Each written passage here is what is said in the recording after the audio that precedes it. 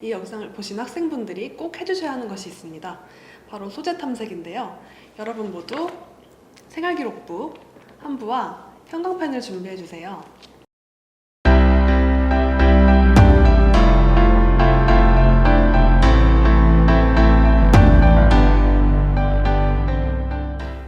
안녕하세요. 성준쌤입니다. 저는 일반고에서 중앙대학교 탐구형 인재 전형에 합격하여 경영학부에 재학 중이며 재학생 입학 자문단, 메가스터디 로셀 모의고사 국어 독서 파트 출제진 경력이 있고 현재는 오픈스카이 멘토로 근무하고 있습니다. 본격적으로 영상을 시작하기에 앞서서 자소서 작성에 관하여 꿀팁을 드릴 수 있는 제 친구를 게스트로 초대했는데요. 혹시 본인 소개 한번 부탁드려도 될까요? 네, 안녕하세요. 저는 일반고에서 중앙대학교 다빈치 전형으로 합격하여 문헌정보학과에 재학 중인 이상희입니다. 저는 성준이와 함께 오픈스카이 멘토로 활동하고 있을 뿐만 아니라 지금 대치동 국어학원에서 조교로 근무하고 있습니다. 이번 영상에서는 저희가 함께 자기소개서 작성 방식에 대하여 소개할 예정이에요. 단순히 잘 쓴 자기소개서가 아닌 여러 경쟁자들 사이에서 돋보이는 나만의 자소서를 작성하는 방식을 저희 둘 합격자들의 경험을 담아 소개해 드린 다음 학생 여러분들이 자기소개서를 조금 더 쉽게 작성할 수 있는 팁을 담은 템플릿을 준비했으니까 저희의 첫 영상 끝까지 봐주세요. 8월 정도면 이제 학생들이 자기소개서를 본격적으로 준비할 시기인데 상희 멘토님, 올해가 수시를 준비한 학생들에게 되게 특별한 해죠? 네, 맞습니다. 올해부터 자기소개서 양식이 변경되었기에 수시를 준비한 학생분들께서 많이 당황하셨을 텐데요. 이전까지는 1번, 2번, 3번이 대학별로 공통, 4번 항목은 대학에서 자율적으로 선정하는 방식이었어요. 그런데 올해부터는 문항수가 3개로 줄어들었는데요. 1번 문항의 경우 과거의 1번과 2번 문항이 합쳐졌다고 볼 수 있고 2번 문항은 과거의 3번 문항과 비슷하게 바뀌었습니다. 그리고 3번 문항이 대학별 자율 문항으로 변경되었습니다. 이렇게 문항이 변경되었기에 이전에 작성된 자기소개서 사례들을 보고 대충 이렇게 작성하면 되겠구나 하면서 감을 잡았던 학생들이 방향성을 파악하는데 조금 어려움이 있을 것 같아요. 문항 수가 줄어들면서 글자 수 또한 줄어들게 되었는데요. 글자 수가 줄어들었기에 우리가 말하고자 하는 말을 압축적으로 전달할 필요성이 더욱 강조되었다고 할 수 있어요. 이에 따라 이전보다 자기소개서에 대해서 더욱 전략적인 시선을 가지고 접근해야 한다고 할 수 있죠.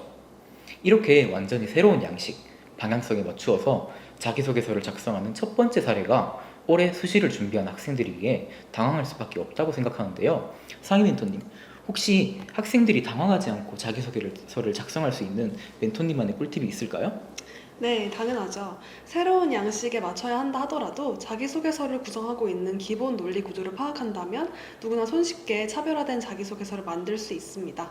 이 영상은 특히 8월, 9월까지 자기소개서의 틀 짜는 것도 하지 못해서 막막함을 느낀 학생분들이 꼭 봐주셨으면 좋겠어요. 그래서 먼저 자기소개서를 구성하고 있는 논리 구조에 대해 알아보기 전에 자기소개서가 무엇일까라는 거에 대해 설명을 해드리면 생활기록부에 나타나지 않은 세부적인 활동의 과정과 학생 본인이 발전한 이야기를 풀어내는 것이다 라고 할 수 있겠네요. 저는 자기소개서가 생활기록부의 빈 부분들을 메꾸어주는 연결고리 같은 역할이라고도 생각을 해요. 이야기를 풀어낸다. 이것에 대해서 조금 더 자세하게 말씀드리자면 생활기록부는 선생님이 우리 학생들을 관찰하면서 쓴 글이기 때문에 제3자의 입장에서 관찰된 사실을 중심으로 기록될 수밖에 없어요. 그러나 자기소개서의 경우 본인의 입장에서 본인의 이야기를 서술하는 것이기에 내가 활동을 하면서 발전한 부분을 비롯하여 감정적인 변화까지 모두 서술할 수 있답니다. 이러한 이유로 객관적인 사실이 중심이 되는 것은 생활기록부, 감정적인 측면이 중심이 되는 것은 자기소개서라고 할 수 있습니다. 네, 자기소개서는 객관적 사실과 감정 이렇게 두 가지 요소들이 유기적으로 연결되어 하나의 글이라는 형태를 띠는데요. 객관적 사실은 말 그대로 내가 한 활동을 의미합니다. 생활기록부에 기재된 그런 활동들을 객관적 사실이라고 하는 거예요. 객관적 사실부터 나만의 차별화된 자기소개서를 만들어 갈 수 있다면 가장 좋겠지만 사실 활동만으로는 눈에 띄는 차별화를 만들어내기 쉽지 않아요. 그렇기 때문에 자기소개서에는 감정이 되게 중요한 것이군요. 네, 맞아요. 앞서 말씀해주신 대로 감정은 자기소개서에서 정말 중요한 요소인데요. 저희가 감정을 이용한 차별화를 더욱 효과적으로 하기 위해서 저희만의 방법을 사용했습니다. 저는 탐구형, 누나는 다빈치형 이렇게 전형과 학과가 모두 다름에도 불구하고 같은 방법을 사용했는데 합격했다면 이 방법은 매력적인 자기소개서를 쓰는 좋은 방법 중 하나라고 자신할 수 있는데요. 저희가 자기소개서 과외를 할 때만 사용했던 방법을 이제는 모든 학생들에게 공개해 볼까요? 네, 그래서 저희만의 방법은 바로 감정이라는 요소를 순간의 감정, 그리고 3단계의 감정, 이렇게 두 가지로 분류하는 것입니다. 순간의 감정 같은 경우에는 객관적 사실과 어울리며 차별화 스토리를 시작하는 도입부의 역할을, 3단계의 감정인 느낀 점, 배운 점, 적용해보고 싶은 점은 차별화 스토리와 자기소개서를 마무리하는 역할을 한다고 할 수 있어요. 정리하자면 자기소개서의 구성 요소는 객관적 사실, 순간의 감정, 3단계의 감정으로 이루어지며 객관적인 사실을 더욱 돋보이게 하기 위해서 순간의 감정을 활용하고 차별화 스토리를 완성하기 위해서 3단계의 감정을 활용하는 것이죠. 네, 이렇게 소개해드린 세 가지 요소들을 유기적으로 연결하면 자기소개서가 완성되는데요.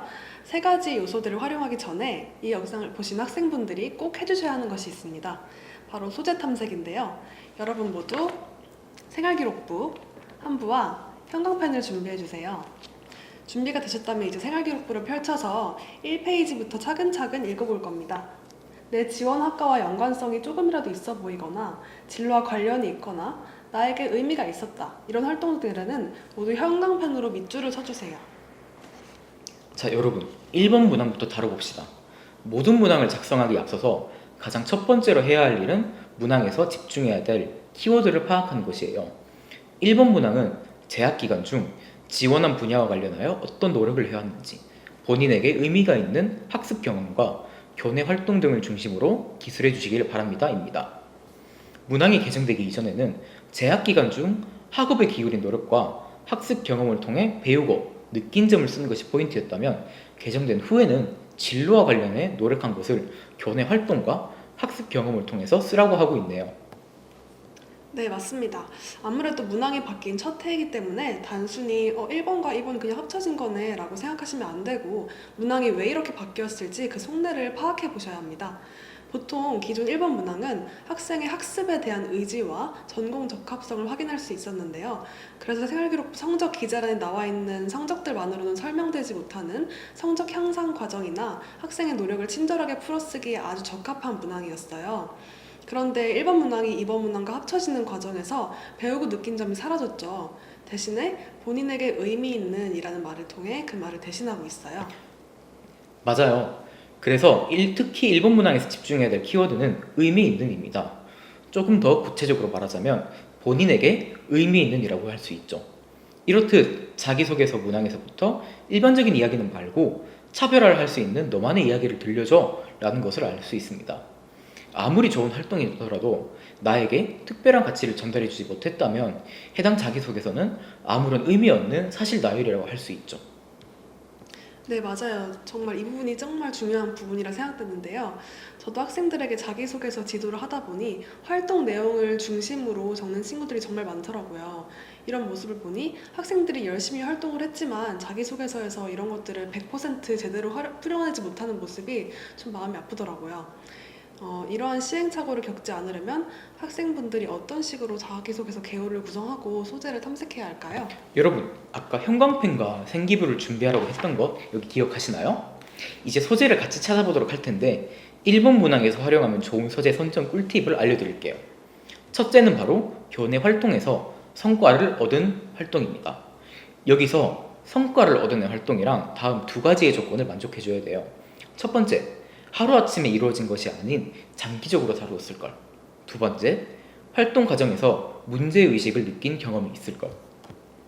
제 생기부에서 두 가지 조건에 부합하는 예시를 하나 가져왔는데요. 고등학교 시절 저는 경영자로서 가져야 할 역량에 대해서 많은 관심을 가지고 있었습니다. 이에 따라 다양한 사례들을 보고 제 나름대로 경영자가 가져야 될 역량이란 이런 것이다 라고 정의를 내렸었는데요. 그러나 실제 상황을 한 번도 겪어보지 않고 이러한 정의를 내리는 것은 위험하다는 문제의식을 느끼게 되었습니다. 이에 따라 직접 여러 기업들을 찾아다니며 진로 체험 활동을 기획했고, 결과적으로는 어떠한 은행에서 저희 학교와 진로 체험 활동을 허락해 주셔서 실제 업무 과정을 잠깐이나마 체험해 볼 수 있었습니다. 네, 이렇게 소재가 될 만한 재료를 알려주시는 것만으로도 학생들이 자기소개서 소재를 추출하는데 정말 도움이 많이 될 것 같은데요. 그렇다면 추출한 소재를 어떻게 자기소개서에 풀어내면 될까요? 아까 말씀드렸다시피 개정된 1번 활동의 중요 키워드는 진로와 관련해 나에게 의미 있었던 활동입니다. 즉, 내가 관심 있는 진로나 전공에 대해 문제의식을 느끼고 구체적으로 파고들었던 경험을 써주면 좋겠죠? 전공 적합성에 대해서 강력하게 어필해줘야 되는 문항입니다. 우선 활동을 시작하게 된 계기를 적어주세요. 내가 이러한 활동을 하게 된 계기를 구체적으로 그리고 당위성이 있게 적어주셔야 됩니다. 예를 들어보자면 기존의 교과서에서 배웠던 내용이 A인데 문득 B는 제대로 다뤄지지 않고 있다는 점에 의문이 생겨서 B를 공부하기 위해 역사학 연구 동아리에 가입했다. 이러한 예시를 들 수 있죠. 이렇게 계기를 제시해 주었다면 다음으로는 활동 과정을 적어주시는 것이 좋습니다. 다만 여기서 조금 더 사소한 부분을 추가하자면 최종 성과가 아닌 중간 성과가 있었다면 중간 성과 또한 같이 제시해 주시고 갈등이 있었다면 꼭 추가해 주세요. 갈등 과정을 통해서 나는 이러한 걸 깨닫게 되었고 나의 계획을 이러한 방향으로 수정하게 되었다 라는 부분이 등장한다면 자기소개서를 읽는 사람의 입장에서 해당 이야기가 조금 더 생동감 있게 느껴지겠죠? 이렇게 전개를 한 이후 최종 성과를 적어준다면 완벽합니다. 이제부터는 학습과 관련된 부분인데요. 학습 경험을 제시해 줄 때 두 가지 이상으로 나눠서 제시해 주는 것이 좋습니다.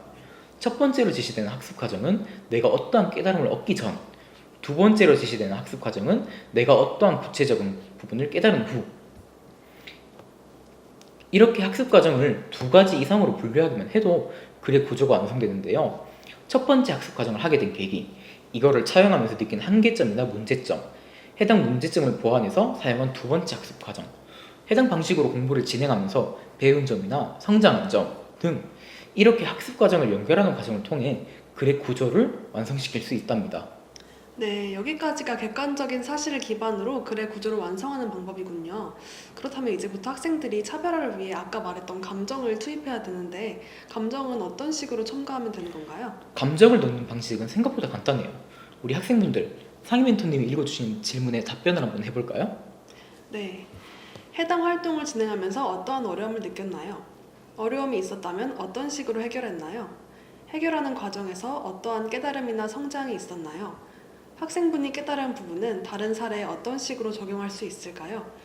이러한 깨달음을 어떤 식으로 구체화하고 싶나요? 여러분 모두 답변을 하셨나요?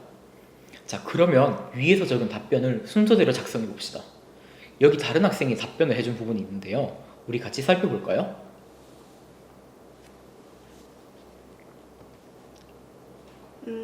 아직까지 완벽한 글이라고는 할 수 없지만 질문에 답변하는 것만으로도 3단계의 감정이 대략적으로 완성되었다는 것을 알 수 있을 거예요.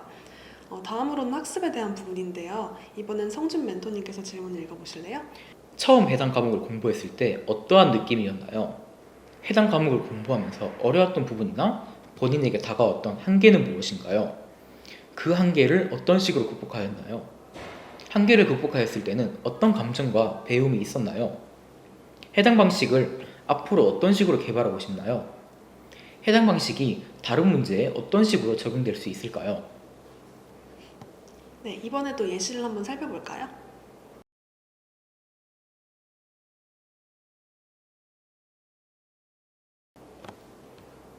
이렇게 위에서 설명드린 부분에 대한 답변만을 한다면 정말 대략적인 자기소개서의 초안을 완성할 수 있답니다.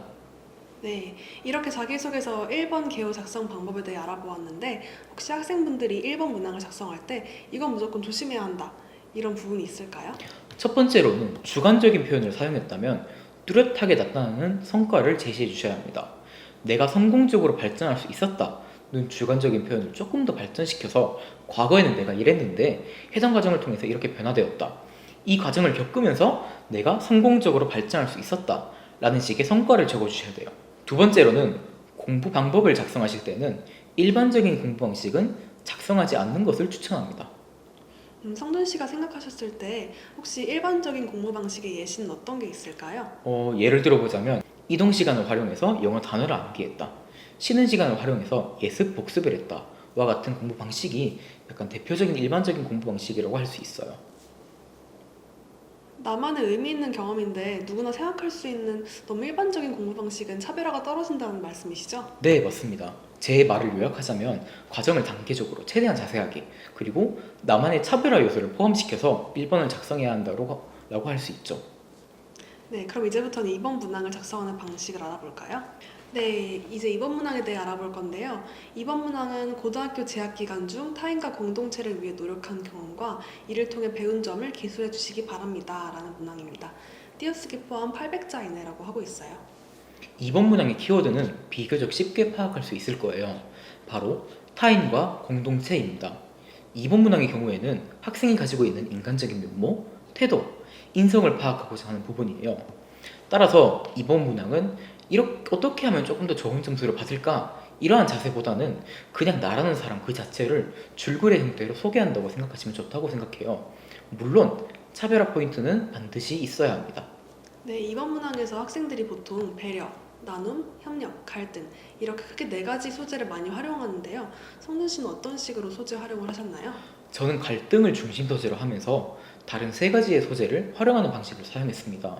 배려, 나눔, 협력과 같은 소재 또한 정말 좋지만 개인적으로는 갈등을 활용했을 때 차별화 요소를 더욱 효과적으로 보여줄 수 있더라고요. 갈등을 활용하는 방식에 대해서 조언을 드리자면 많은 친구들이 갈등이라고 하면 외적으로 보여지거나 물리적인 갈등만을 생각하시는데요. 본인 속에서 이루어지고 있는 내적 갈등도 활용하기에 정말 좋은 소재예요. 뿐만 아니라 갈등의 대상이 친구로 한정될 필요도 없고 내가 성장을 느끼면서 한계를 느낀 나와 갈등을 느꼈다라든지 정말 그 어떤 대상이라든지 좋아요. 다만 감정적인 요소에 의해서 비롯된 갈등보다는 입장 차이에 있어서 발생된 갈등이 개인적으로는 매력적이더라고요. 대신 갈등 상황에서 내가 어느 정도의 손해를 보고 상황이 해결되었다 라는 식의 결론은 절대 금지라고 말해주고 싶습니다. 내가 조금 손해를 보고 어떤 상황을 해결했다라는 부분은 배려를 한 상황으로도 볼 수 있다고 생각하는데 혹시 이러한 결론을 쓰면 좋지 않다라고 말씀하신 구체적인 이유를 여쭤봐도 될까요? 물론 멘토님의 말씀처럼 배려를 한 상황이 맞긴 해요. 하지만 개인적으로 손해를 보고 갈등 상황을 해결한다면 학생이 가지고 있는 주체적인 면모에 대해서 그렇게 좋지 않은 시선을 받을 수도 있다고 생각했습니다. 갈등 말고 협상이라고 한다면 우리 친구들이 어떤 식으로 적어야 한다는 것을 조금 더 잘 파악할 수 있을 거예요. 그리고 갈등 상황에 있어서 갈등을 극복한 명확한 방법이나 계기, 그리고 내가 이러한 상황을 통해서 달라진 점, 이거를 꼭 보여주셔야 합니다. 네, 저도 고등학생 때 갈등 극복이라고 한다면 배려가 가장 먼저 떠올랐었기에 자기소개서 마무리를 어떻게 차별화해야 되지? 하면서 되게 힘들었던 기억이 나요. 협상이라는 예시를 그때 들었었다면 자기소개서를 손쉽게 마무리하는데 큰 도움이 되었을 것 같은데 성준 씨의 이 생각을 지금 들은 게 너무 아쉽네요. 네, 저와 같이 이번 문항을 작성하는데 많은 학생들이 어려움을 겪고 있을 텐데 학생들이 저희와 같은 고민을 하지 않을 수 있도록 빨리 이번 문항의 개요 작성 방법을 말씀해 주세요. 자, 그러면 이제부터 갈등을 중심으로 자기소개서를 작성하는 방법에 대해서 이야기해보고자 합니다. 갈등을 활용한 자기소개서는 소설의 전개 방식과 유사하다고 생각하면 될 거예요. 첫 번째로 갈등이 시작된 계기를 적어주세요. 다만 여기서 주의해야 할 점은 갑자기 이러한 갈등이 발생했다 라는 식의 뜬금없는 전개는 피해 주셔야 합니다. 이렇게 갈등이 시작되었다면 두 번째로는 갈등의 본격적인 과정에 대해서 서술해 주시면 된답니다. 갈등이 진행 과정을 시작, 심화, 절정 이렇게 세 가지 단계로 구분한다면 작성하기가 매우 쉬울 거예요. 앞에서 제가 내적 갈등을 소개드렸는데 갈등의 심화와 절정 단계에서 내적 갈등과 외적 갈등을 이어지게 적어준다면 글을 읽는 사람의 입장에서 정말 생동감 있게 다가온답니다. 다시 과정으로 넘어와서 마지막으로는 갈등이 해결되는 상황과 해결된 이후의 이야기를 적어주세요.